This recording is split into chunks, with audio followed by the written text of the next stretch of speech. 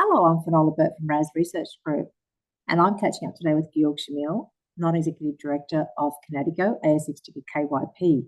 Welcome, Georg, and thank you for speaking with me. Hi, good morning, Finola. Let's start with your background for those who don't know you, Georg.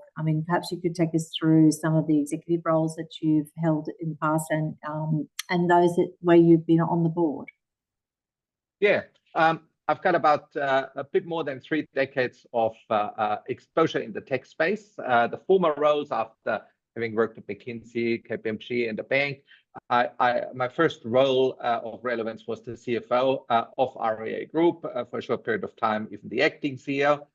Then I became the MD of LG Hooker Group, MD and CEO of iProperty Group, which was at that time then also the biggest exit in Southeast Asia in the tech space, exec chair of iCar Asia, and again, an exit there, and NED of Mitchula and PropTech Group. As for my current roles, you mentioned the non-executive director role of Kinatico, but I'm also the non-exec chair of Centrepoint Alliance, as well as Space Talk, and non-executive director of Example, which is an influencer platform. I've also co-founded the largest PropTech company now in Southeast Asia, and am advising a few companies. So overall, my career has become far more a director, but an engaged director type of role. I also sit as a board member on the World Digital Chamber. Thank you. What are some of the considerations you take into account when deliberating on a non-executive directorship? Yes, I think I'm in a fortunate position because I had done 40 acquisitions, was taken over 7 times, a few unicorns and centaurs, and so on, and have run companies from 500 corporate people and a network of 45,000 agents and professionals to 4 people. So when you come to face a new directorship, I think there's a few general questions you have to ask yourself. And that is around the vision and the strategy, if that is clearly defined and understood by yourself, understood by your peers on the board, as well as the management team and the team. Because if that's not clear, it will not end well. Then I could look into the reporting. What are people focusing on? Are they focusing more on the future or on the past? The other thing is when you speak to the key execs in the companies, what do they focus on? Do they run around and say, I want to create a unicorn, which to me is one of the biggest warning signs?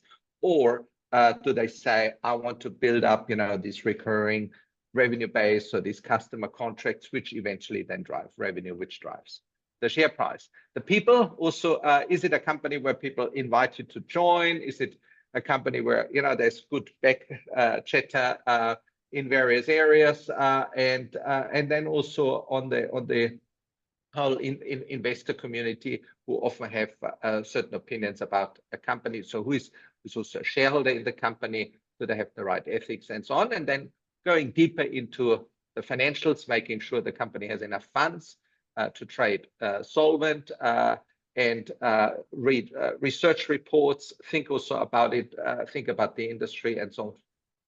There's a number of things to do, and it requires a bit of work.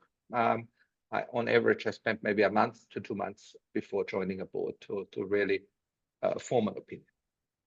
And what was it about Kinatico that attracted you to that business? Kinatico is a platform business. So I love platform business. If you think back, REA is a platform business to now. All the businesses I'm involved in are platform businesses. And that excites me.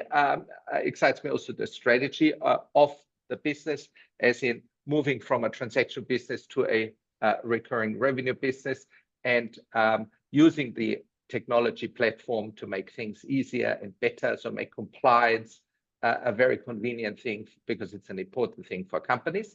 I like the industry we are interacting with, and I like also obviously the company itself. That is very important to me. The team, obviously big fan of Michael Ivanchenko, our CEO, and the leadership team, as well as the board members and the other staff I've met.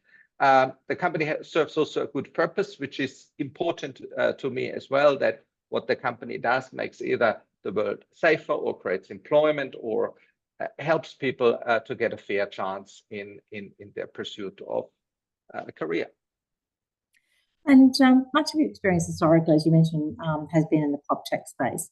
Correct me if I'm wrong, but I mean, when I remember back covering REA Group, one of the things that investors used to raise was, oh, REA's already got, the bulk of the market. Where are they going to grow from here? How can they grow from here?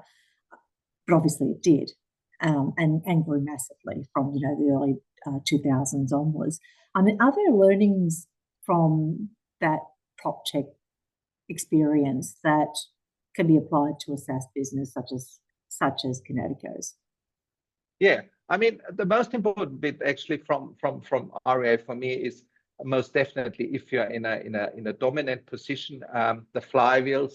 We didn't call them flywheels back then, but the flywheels start to turn, and effectively more agents means more listings, more clients, etc., etc. So I do believe actually to a certain extent REA is very much a SaaS business because it allows for people to get access to a technology platform, an advertising platform, and it's grown a bit beyond that as well. So what are the key learnings? Number one is nothing beats recurring revenue. It's hard to build up recurring revenue. It's harder than like a nice one-off deal. And this is something which Kinatico also faces sometimes, trade-offs between there's a big deal coming, or do we continue build on the recurring revenue platform? And the latter is our focus because we know once you do this, you build up something which is really, really unique, which goes back to what I said earlier. If you have this large recurring revenue platform, which usually is at higher margins, your margins go up, your revenue becomes less cyclical, and is growing fast. I mean, we had fantastic growth rates in Kinatico in the recurring revenue space. On top of that, obviously margins also improved.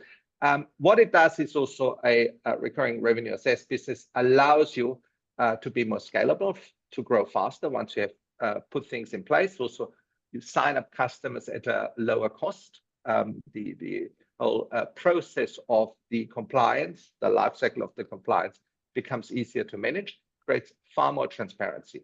So you don't have to reinvent the wheel every time.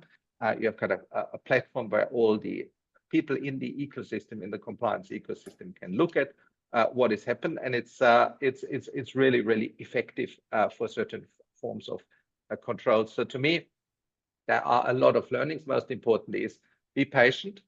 Then you reach profitability, which was achieved, a cash flow positiveness, which was achieved, and then just don't slow down, invest in the sales team and really, really build it up.